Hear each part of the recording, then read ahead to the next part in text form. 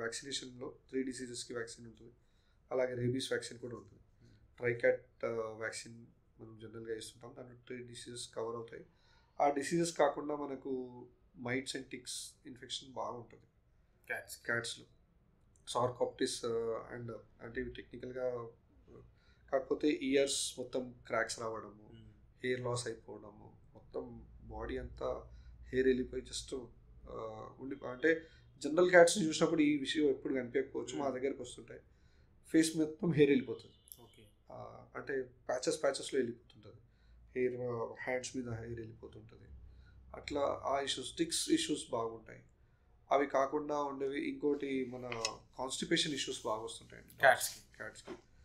Constipation తనకు అంటే వాళ్ళకి డివార్మింగ్ రెగ్యులర్గా ఉండకపోవడం ఒక రీజన్, మోస్ట్ ఇంపార్టెంట్ రీజన్ కావచ్చు. ఇంకోటి వాటికి డ్రై ఫుడ్ ఎక్కువ పెట్టడం వల్ల కూడా అవి కాన్స్టిపేషన్కి బాగా ఎక్కువ ఇది. డివార్మింగ్ చేయకపోవడం వల్ల వామ్ బర్డెన్ వాడడం అనేది రెగ్యులర్గా ఉండే ఇష్యూస్.